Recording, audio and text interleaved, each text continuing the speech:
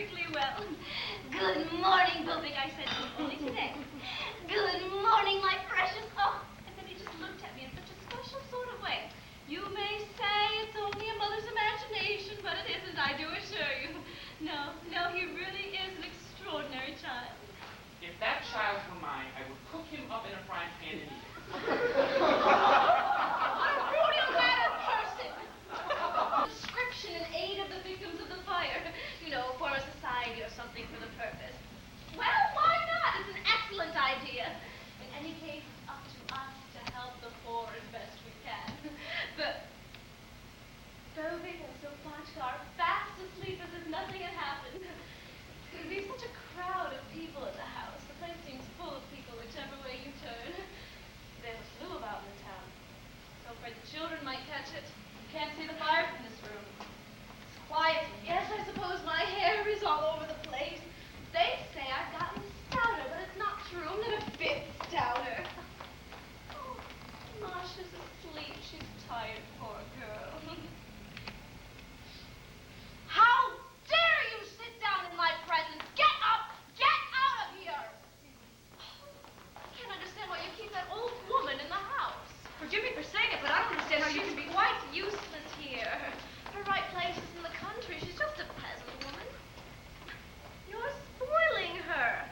I do like order in the home. I don't like having useless people about.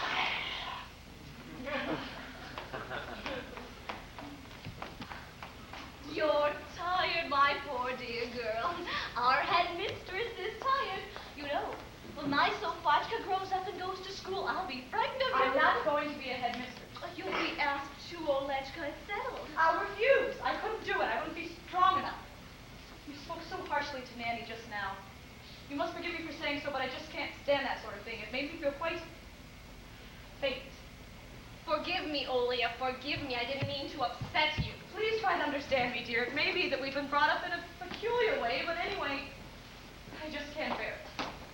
When people are treated that way, it gets me down. I feel quite ill. I simply get unnerved.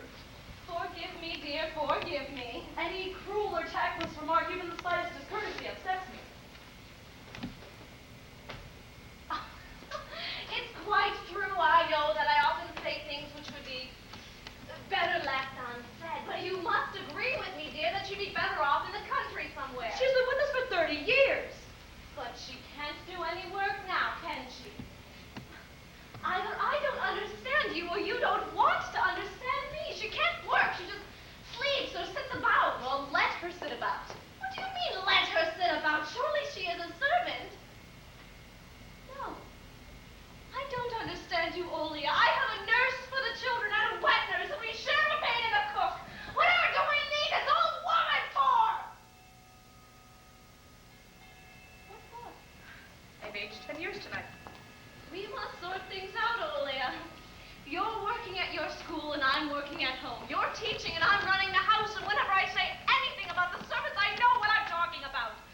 That old thief, that old witch must leave this house tomorrow. Oh, how dare you back me so? How dare you?